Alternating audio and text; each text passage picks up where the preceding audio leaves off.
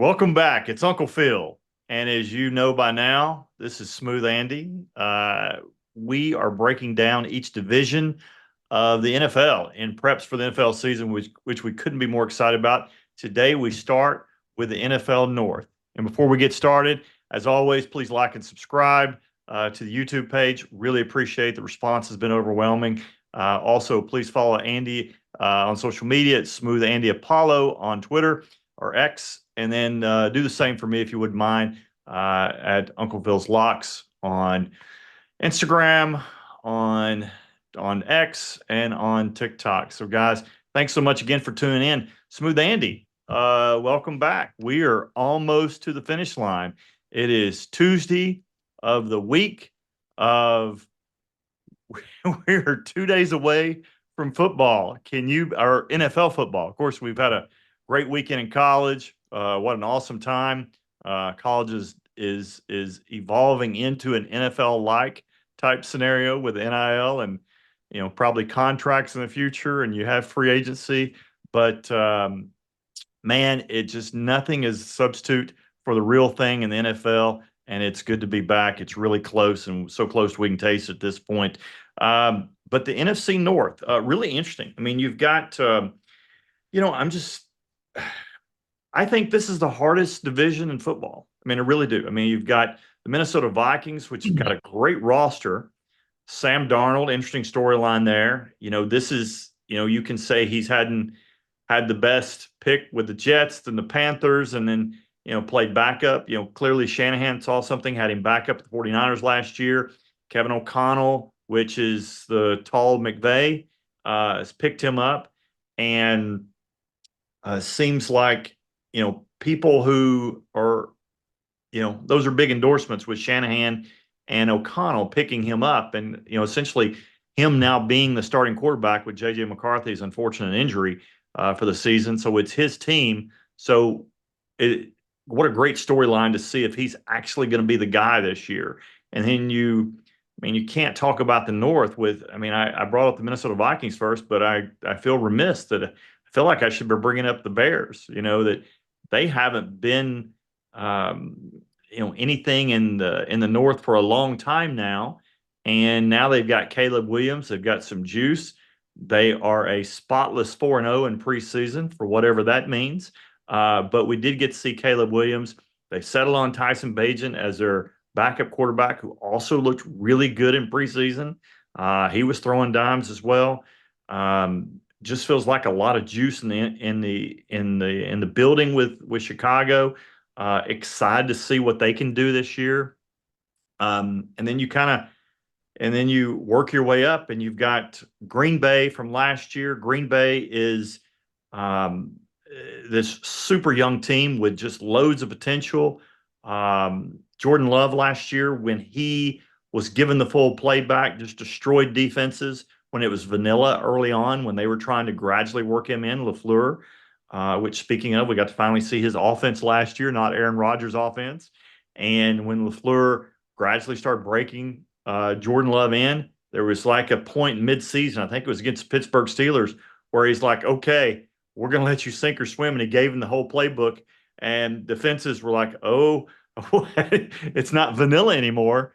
And the advantage of Green Bay is that they don't have a number one wide receiver. They've got all these guys that he just throws to. And so you've got those back. You've got additions to the new draft. They've drafted extremely well. We're going to see that. We've got changes of defensive coordinator. We'll talk about that. And then you're going on to Detroit Lions, which the Lions, it's hard to imagine for you and I growing up and the Lions that we were used to that were just like Barry Sanders against everybody. It was pretty much that. And so now they've turned to this team that's got this unbelievable roster. They've got this culture building head coach and Dan Campbell. And they just seem like that they're there. And you kind of root for Jared Goff, at least I do, just because I feel like he was just thrown away by Sean McVay and the Rams. Now, the Rams did get their Super Bowl in Stafford, and everybody rooted for him. But you kind of root now for Jared Goff because you're like, hey, he can still play. And there were a lot of myths about Jared Goff that he wasn't this or that. And he certainly disproved those and has done extremely well. So uh, I just think there's so much talk about with the North that I don't know. We'll try to get through it in 30 minutes, but we'll do our best. But man, I like it. So, what are your thoughts on the NFC North?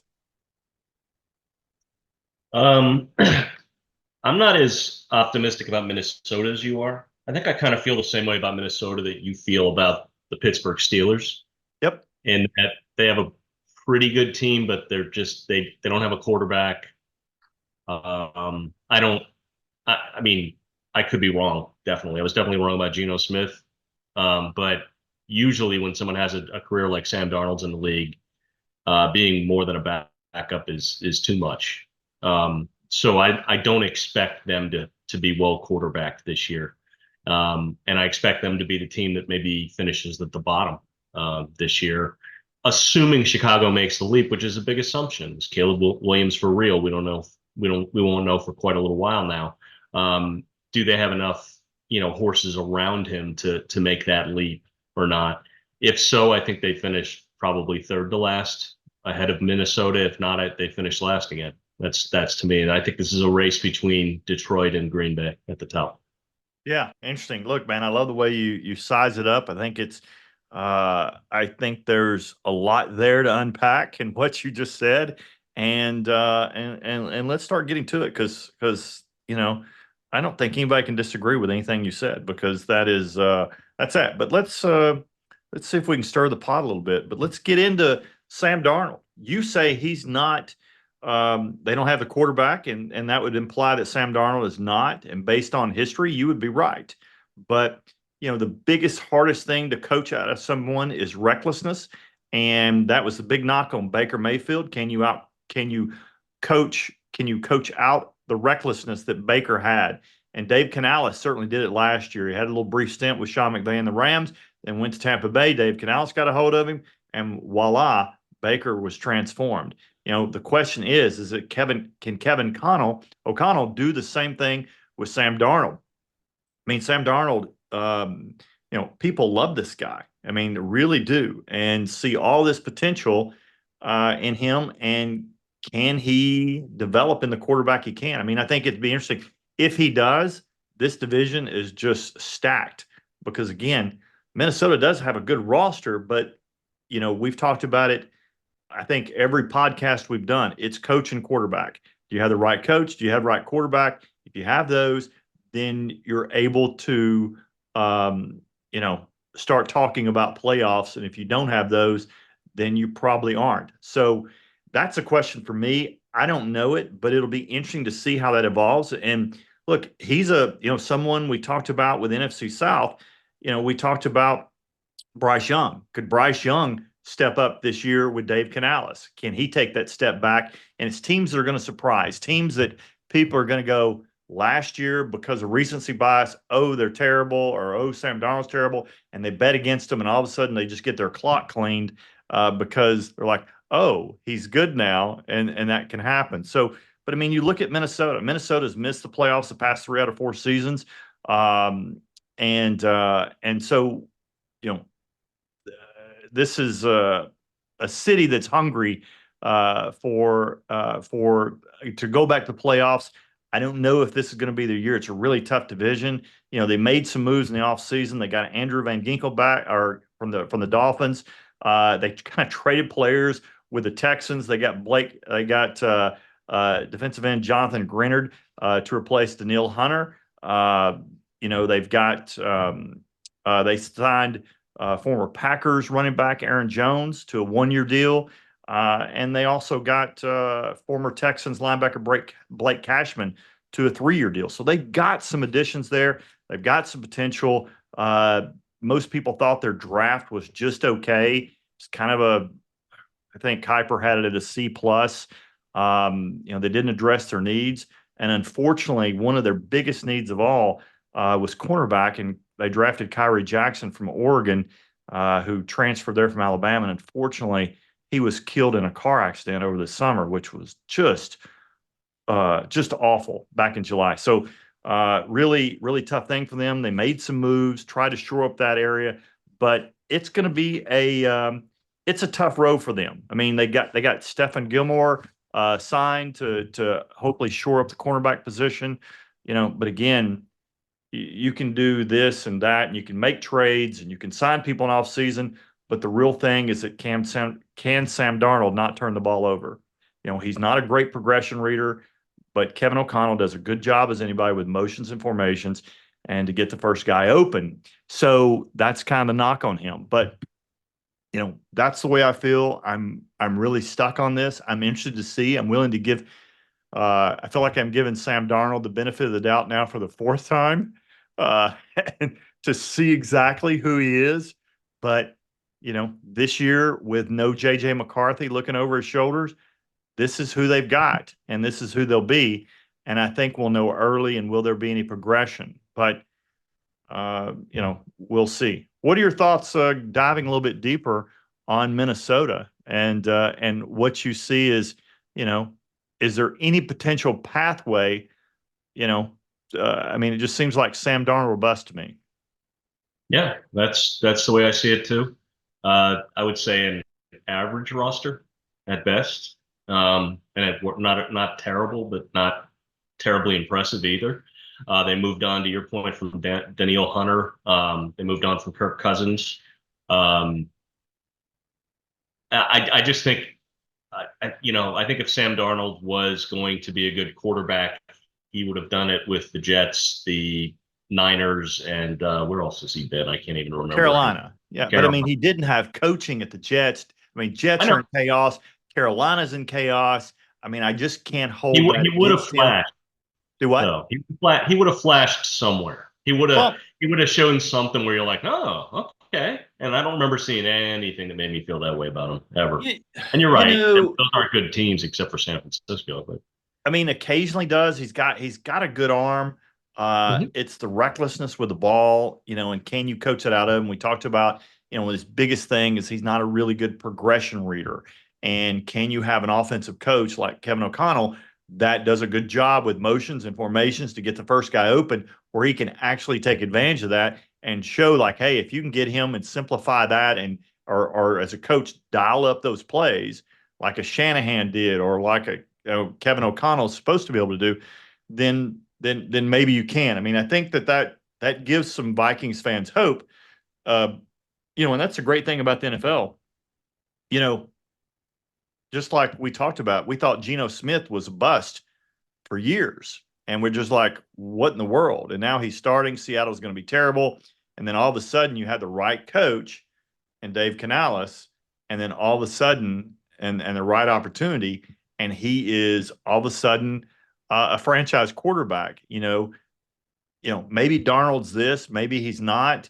But one thing is for certain, we'll find out this year for sure. well, Um, let me give you yeah, a little please. quick because we've talked about Gardner Minshew and Jacoby Brissett. If you had a choice between those two and Sam Darnold as your starting quarterback for the Minnesota Vikings, and you were a Vikings fan and you hope to make the playoffs this year, not just as some sort of somebody to stick in the, behind center while you accumulate a bunch of losses and then get good draft picks and stuff, but actually thinking you're going to win, would you choose Sam Darnold as the best of those three? I don't know. I mean, I don't know that you can based on past history. I understand your point. I don't think you can on past history. I mean, look at you saw, but what you're saying actually makes my point is that we didn't think Gardner Minshew was anything other than a bridge to a first few games. But with Anthony Richardson gone, he took control of the team early and had him within one game with the right coach of getting to the playoffs with Shane Steichen, who, again, I'm a huge believer in. I think the jury's a little out on you on Shane Steichen, but I'm a huge believer in him. And I think that, uh, you know, I, just based on, I think the older you get, the less definitive, like, hey, this is absolutely positive going to happen. Because you and I have got history now. We've seen things happen that we didn't think could possibly happen, and they have. And so I'm willing to give him that. I've certainly uh, thrown remotes at Sam Darnold and everything else when I've had money on his teams, and seeing him literally throw the ball throw the ball away, or throw the game away. And for me, um, I guess time heals all wounds, and I'm willing to give him the opportunity to redeem himself. We'll see if I'm right on that, or if I'm just a glutton for punishment.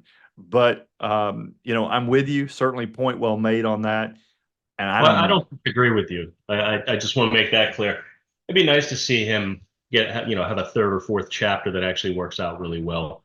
I'm just saying I need to see it before I believe it. I'm not, until then, I'm going to assume he's just a career backup who's got a starting job because somebody got hurt. I will say this, I think this might be the best thing in the world for JJ McCarthy.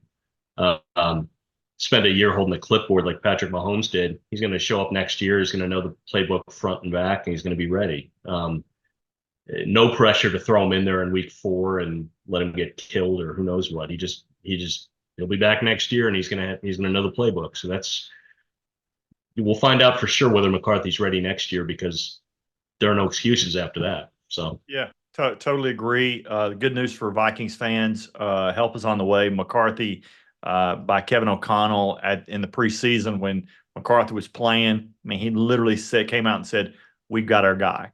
I mean, because they could see what he could do, and he just didn't get to show that at Michigan because it was a heavy run-oriented offense. mhm. As is Harbaugh's tradition with all of his teams. So, But that I, said, what do you expect the head coach to say? Right? I mean, I know I'm a cynic and I totally am, but you don't expect the coach to be like, I think he's a bust. No, I mean, I wouldn't expect him to it- say that. I would just, I think you could always temper things as a coach, because you don't want to set yourself up as a coach. You don't want to say this guy's awesome, and then all of a sudden he's not, and the media comes back and says, "Well, I thought you said this guy was awesome." Is your judgment bad? Are you bad as a coach? And all those things that can come back to get you.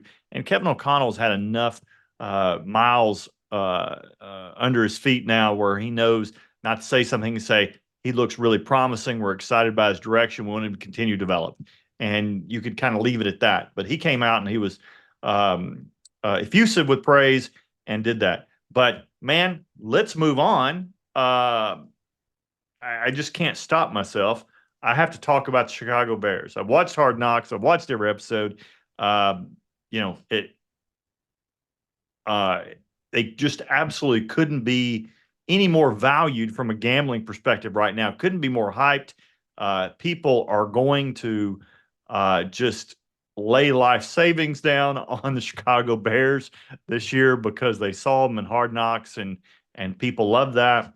But I just want to caution everybody that 7 out of the 9 teams, the reason why people get on Hard Knocks is because there it's drama and there's chaos in the building. And so it's typically what it was. It's why they did the Jets last year and why they did Chicago this year. I mean, there's always been drama and chaos around Chicago.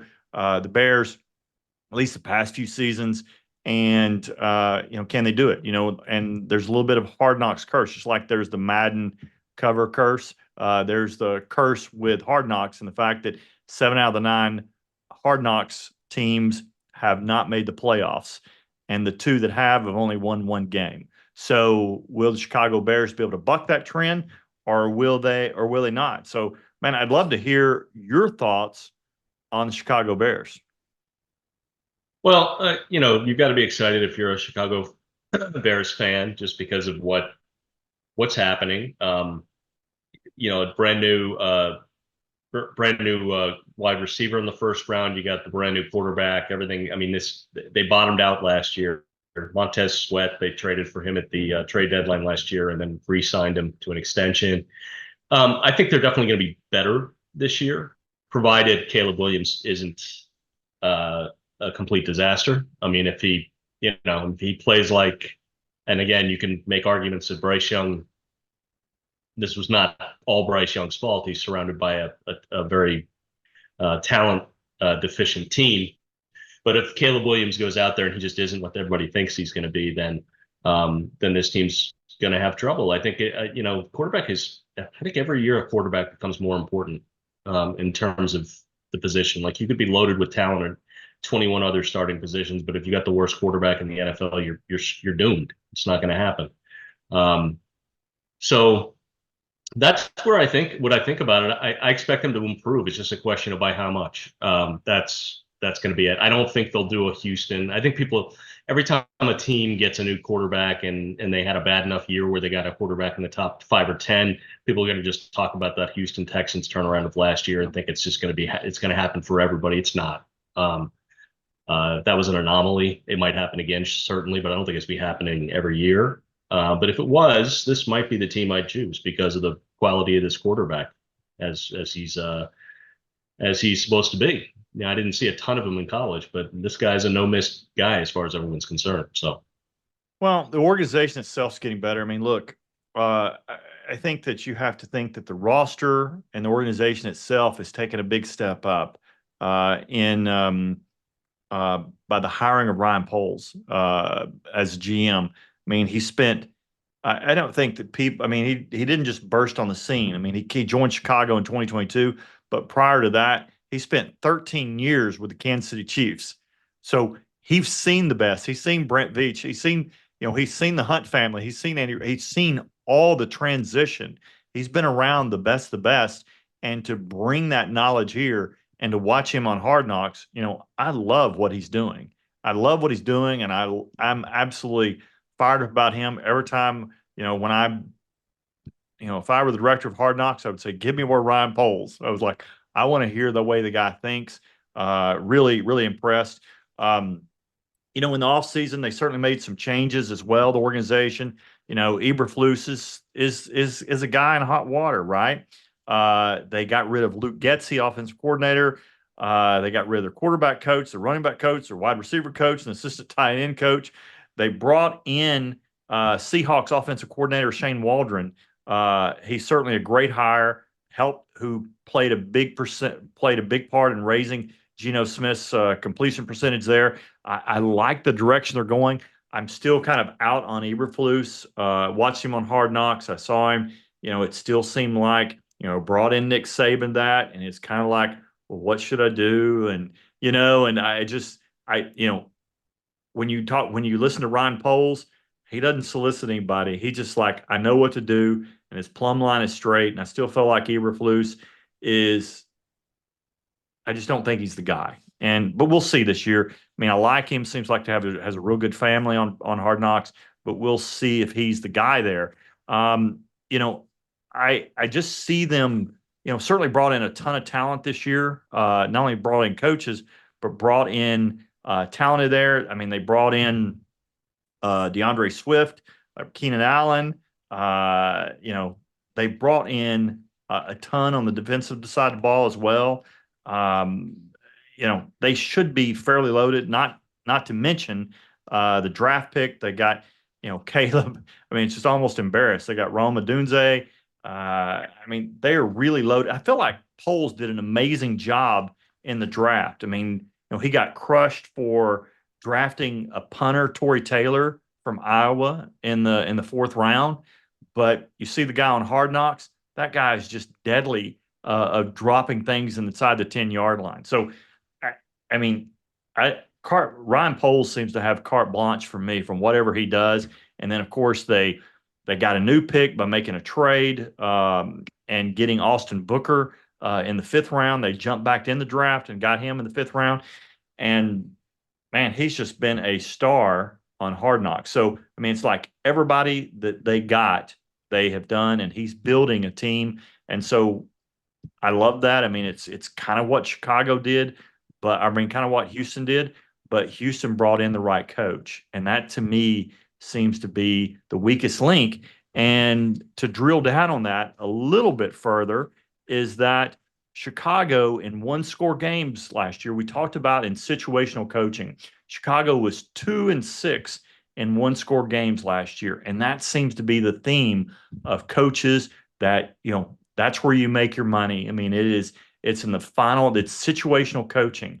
We'll talk about Dan Campbell in a little bit. I just couldn't get more mad at him what he did against San Francisco last year because he kept just like, I mean, I yeah made some people mad on Twitter because I kept calling him Tin Cup because he wouldn't take the layup. He kept hitting it in the lake, and I'm like, what are you doing going for it on fourth down and throwing the game away? And I feel like that Eberflus, he doesn't have that uh, type of habit, but again, situational coaching matters. And when you keep getting beat in these one score games, it's more than just the ball didn't bounce your way. Something actually is happening. And that's kind of what I feel about him. I mean, they've got stars on the defensive side of the ball. They brought in Montez Sweat. Jalen Johnson is one of the best cornerbacks in the entire league. They locked him down. I think that I really think they've got the formula. To me, the biggest question mark is the coach and potentially these one score games. And will they continue to get beat in these situational things like you do in the NFL? If you're not prepared for these situational moments, will you get beat? And that's my biggest concern right there. And I just boil it down. And to your point, this is why I think I'm with you. I think Green Bay and I think Detroit finish ahead for that reason. I'm with you. I again, you're going to talk about their coach. I'm going to talk about Caleb Williams. We'll both kind of see where we are on that. You might be right. I don't really know much about Aberflus. I don't think he's really been dealt a good hand to deal with yet, so we don't really know what he's like with good talent. We'll find out a little bit this year.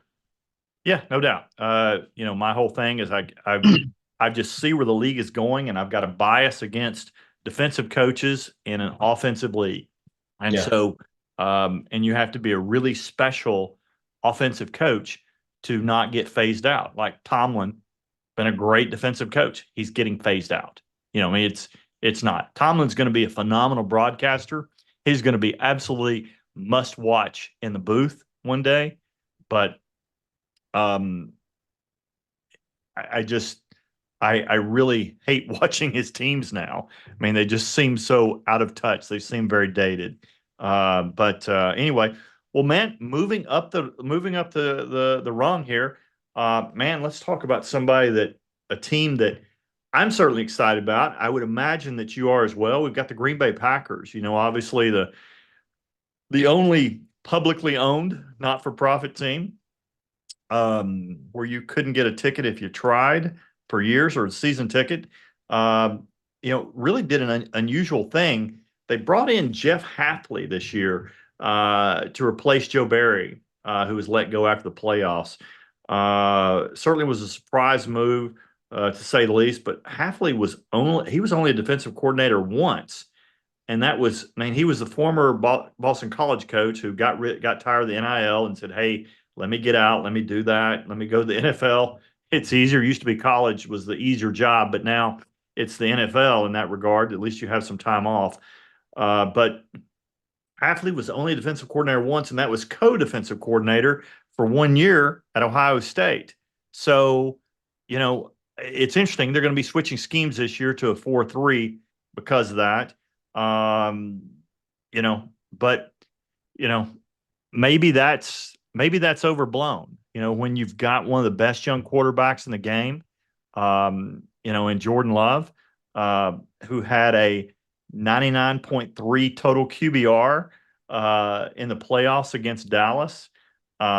It's the best in a playoff game since QBR was introduced in 2006. I mean, he's just remarkable. Even against the blitz, he had 11 TDs and one interception against the blitz in the regular season. I mean, that's typically the way you handle a quarterback. You tell that kind of defensive coordinators kind of separate quarterbacks, and if you blitz them, that really kind of shows you who they are. But he was calm and poised under pressure and just did great. I mean, this is the youngest team to win a playoff game since the 1970 merger. They lost in the divisional round of San Francisco, but could have easily won the game. I think that their defensive line gave San Francisco fits all night. Their young receivers are outstanding. They seem to draft really well. I just don't see any holes other than maybe it's lack of experience. Um, the defense, I understand a little bit why, there's some angst about the defense. Last year, third down conversion, they were 25th in the NFL as far as that efficiency, 23rd, takeaways 23rd, quarterback pressures 20th. And that's despite having all of these amazing first round draft picks, on their defense. I mean, they're really loaded with that. It's kind of amazing that they have that many first round draft picks. They got defensive Rashawn Gary first round, Luke Van Ness, Kenny Clark, Devontae White, Quay Walker, Eric Stokes, Jair Alexander, all first round. Uh, uh, you know, um, and Preston Smith, he was in second round. He's the only player on their defense that's over 28. Got Xavier McKinney. They just drafted Javon Bullard and Edgerrin Cooper in the second round this year. So look, they've got certainly got talent. Hopefully Hafley, or will Hafley, I'm going to ask you, will Hafley be the guy that can turn this around? I have no idea. I'm sorry. Not gonna. I don't know. Smooth Andy is as insightful as ever. Well, look, I mean, he was a good coach at Boston College, Yes. but that doesn't mean you can jump into the NFL and be a good defensive coordinator Yeah. overnight. So we'll see. I think I think college and pro coaches are becoming more and more interchangeable than they were. You remember Jimmy Johnson made the jump back in the Yes. day, and Yes. then everybody thought, well, everybody can do it. And Steve Spurrier made the jump. That didn't work out so well. Under Jimmy Dan Johnson got Snyder, to but I Miami. understand. That didn't work out too well. On and on and on. I mean, Urban Meyer, right? But with respect to backfilling the assistant positions and Mhm. coordinators and position coaches, I think that happens a lot more now than it used to. And I think more than likely, if you're a good football mind, you're going to be good at it either way. So we'll see about that. You know what I love about their draft? First of all, they had 11 picks, and 8 in the first 5 rounds. And I'm not even going to name the players, even though, some of them are Sure. recognizable. But I love what their positions were: offensive tackle, linebacker, safety, running back, linebacker, safety, center, safety. Okay. They went out there and got three safeties is a little bit of a stretch, but they went out there and got the non-sexy players. I mean, they got one running back, okay, Marshawn Lloyd out of USC, Yep. but no wide receivers, no tight ends, no quarterbacks, no defensive end, rush ends, none of that stuff. They went and solidified a lot of the so-called lesser positions, center on the offensive line and offensive tackle, couple of linebackers, three safeties, a running back. I mean, I love it when teams do that because it means that they feel pretty good about their so-called skilled position talent, and it always pays dividends. Because in my opinion, like they took Evan Williams from Oregon, the safety in the fourth round. You can get a better safety in the fourth round than you can a rush defensive end. Yep. You can get a Yep. future Pro Bowler at safety in the fourth round. You can do that with defensive end too, but it's less likely because usually the best players are picked clean by that time. So I really do like this approach. I remember when Pittsburgh drafted the center Pouncey in the first round out Yes. of Florida, and I thought that's so smart. Nobody drafts centers in the first round. And if he'd been able to stay healthy, I'm sure it would have been a justified decision in the end because he was really a very good player. Both of the Pounceys, Absolutely. but they just couldn't stay healthy. So I think smart teams do that. I mean, every now and then, of course, a smart team is going to have to get a quarterback in the first round because if they don't have anybody. But I really do like the way they kind of went with the no names, the sort of non-flashy team building, pieces. So I like that a lot. Yeah, I'll be really interested to see how these wide receivers played really well last year. To your point, you mentioned that. Jordan Love played really well last year. I'd like to see them continue to produce at that level and see where this team can go. I think you're right, though. The defense is the biggest. I think the offense is going to move the ball and score points. The defense is the biggest question mark, and special teams, which our friend Joe uh, laments. Green Bay fan. He talks about their special teams and how they just get ripped apart. I think they replaced him, didn't they? If I'm not They did. mistaken. They Yeah. did. Yeah, they were So much better last year. Yeah. Yeah. So, much better, but probably still not great. But yeah, we'll see how that works out as well. But I think their defense is going to determine how far they go this year. Well, I think you're right. Look, I mean, that's certainly what I wanted to close with. But before I close with that, I certainly want to be remiss if I didn't mention that they lost Aaron Jones last year, big piece of their offense. You and I both like Aaron Jones, you know, more of a receiving threat out of the backfield than who they picked up. But I don't think anybody can deny that Josh Jacobs was a massive pickup. If you're going to lose somebody, at least you picked up Josh Jacobs. He led the NFL in rush yards in 2022 with Hmm. over 1,600 yards and rushed for over 1,000 yards on first down. Again, not the receiving threat, but more of a downhill runner. But he should be Green Bay, by all accounts, should be good on receiving this year in other areas, and should be good. So excited to see what he can do in a Green Bay uniform. I kind of love it that he's come out lately and said that Kansas City pursued him and that he wasn't going to go to Kansas City because he hated them. He's like it's an old school thing because he played for the Raiders. It's not that he hates Kansas City, just like because they were his arch nemesis as a Hmm. Raider in the AFC West, and he couldn't go to them and do that. And so I love that about the Hmm. guy that I he do too. would not go to them.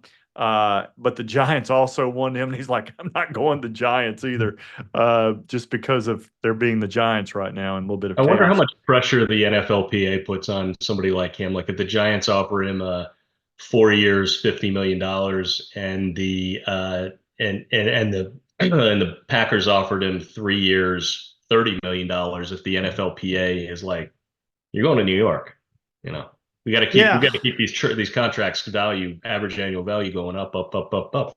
I Can't don't have you go know. somewhere because you want to play for a good team.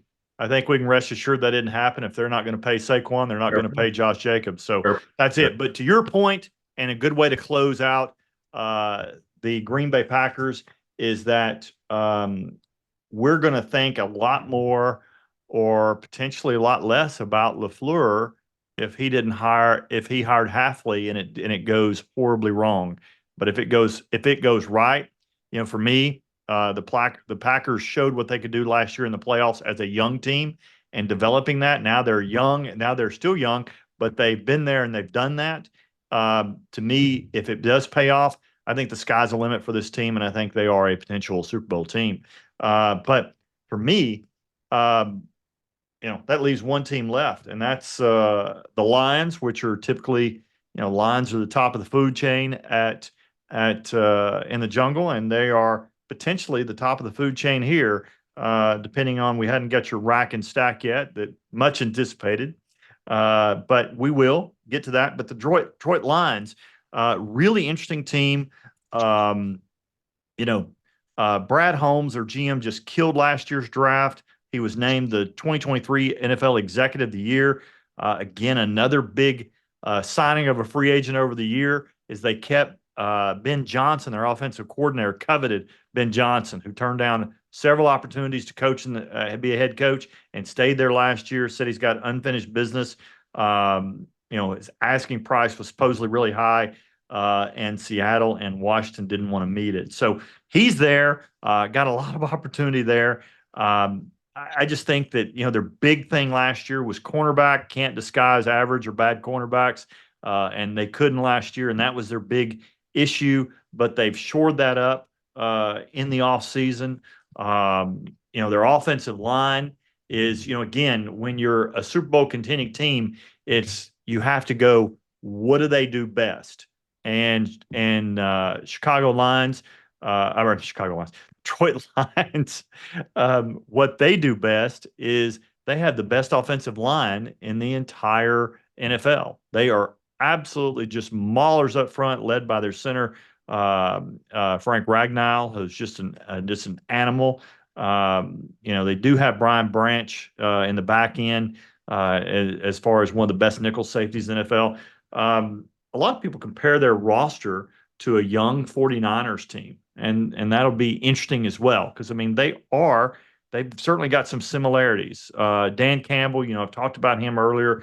There's some things about him I don't love in situational coaching, which, potentially is that. It's like we talked about earlier with Sam Darnold and with Baker Mayfield. Can you coach the recklessness out of them?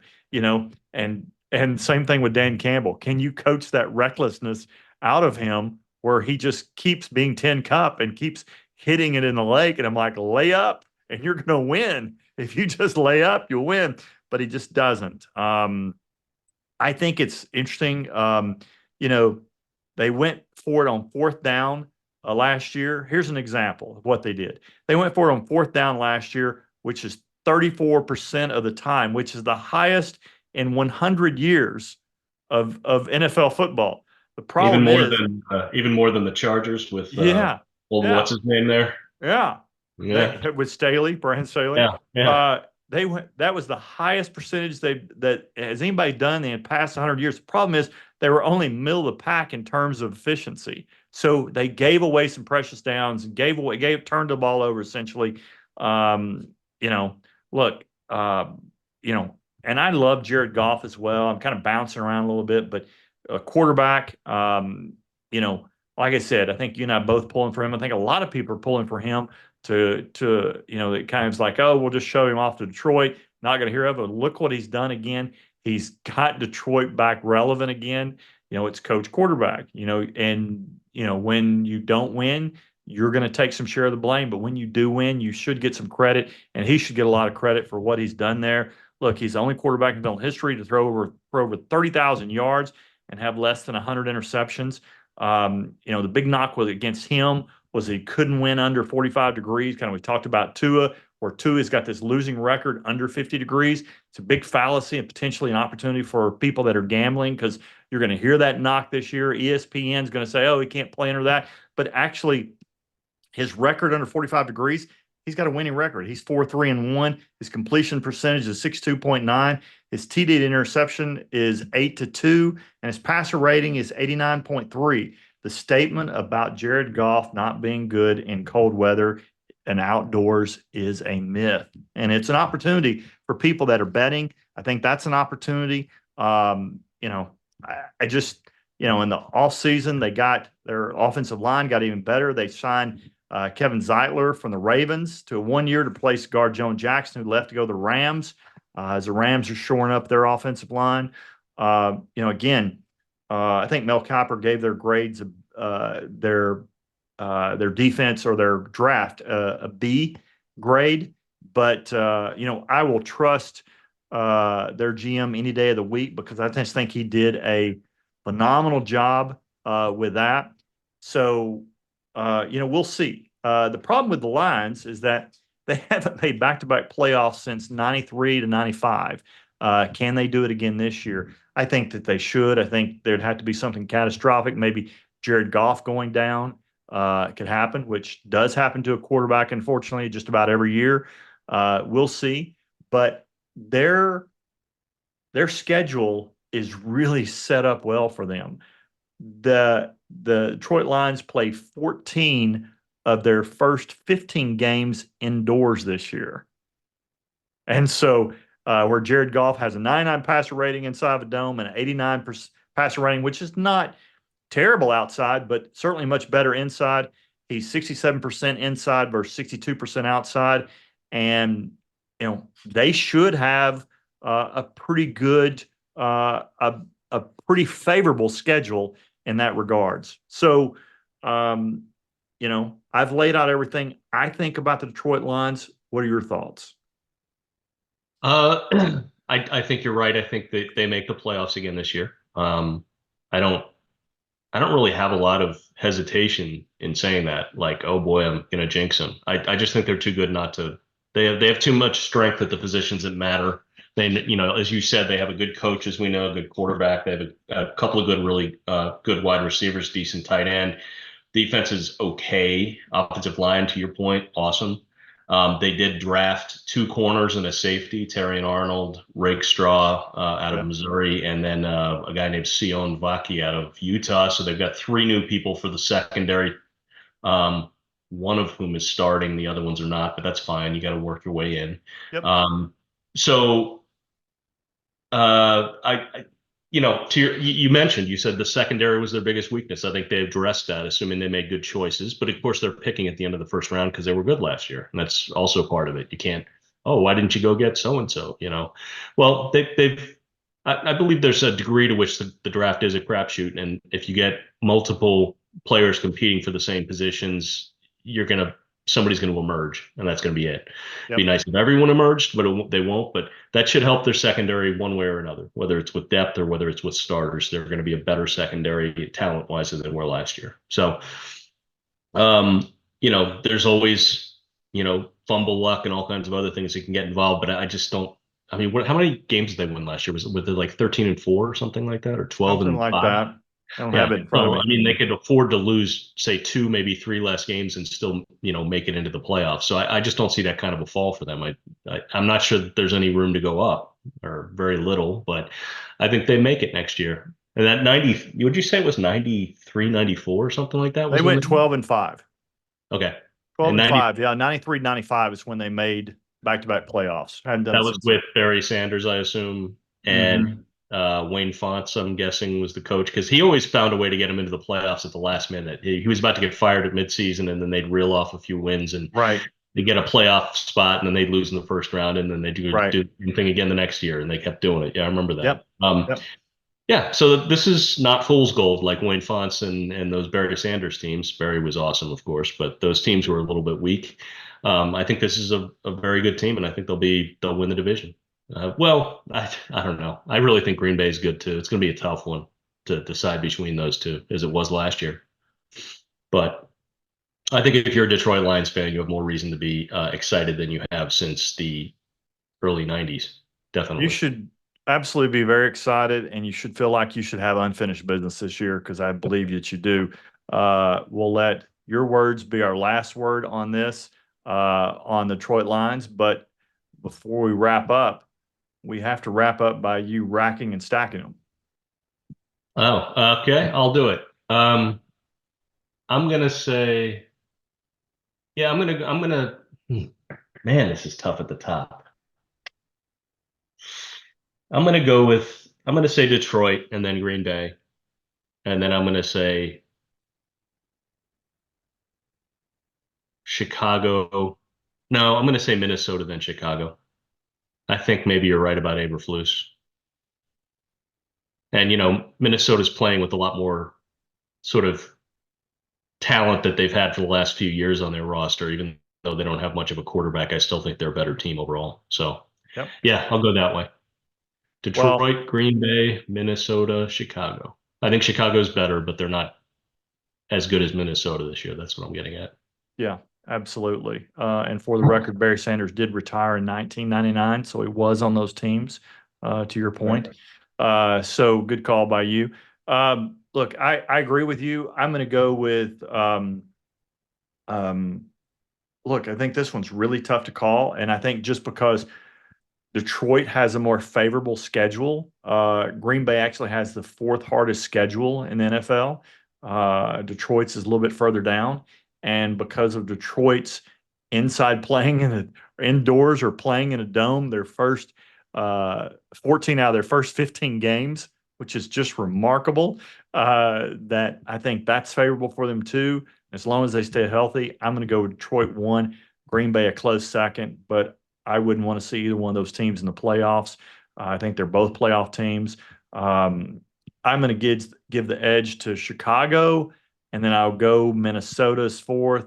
I feel like I talked you into Minnesota, and I'm reneging on that, but I'm going to go with Minnesota there. Until Sam Darnold shows me that he can be that way, I'm reverting to you now. Until he can show me that he can do that, Mhm. then he will. There were some things that Kevin O'Connell did last year that I wasn't crazy about as a offensive coordinator slash head coach, and we'll see. I mean, I just we'll see. So that's the way I feel about it. Guys, thanks for tuning in as always. I'm Uncle Phil. This is Smooth Andy. Please follow us on X and all the other social media platforms for me. X only for Smooth Andy. He keeps it simple. A man of mild and simple means. but also Mhm. please like. At Smooth Andy 5. That's the address. At Thank you Smooth very Andy. much. That's Smooth Andy 5. Thank you very much. Um, and also, please like and subscribe to YouTube. We really enjoy doing this, and I hope you enjoy listening to this as well. Guys, have a great day, and we'll see you tomorrow as we finish up the NFC with the NFC West tomorrow. Have a good day.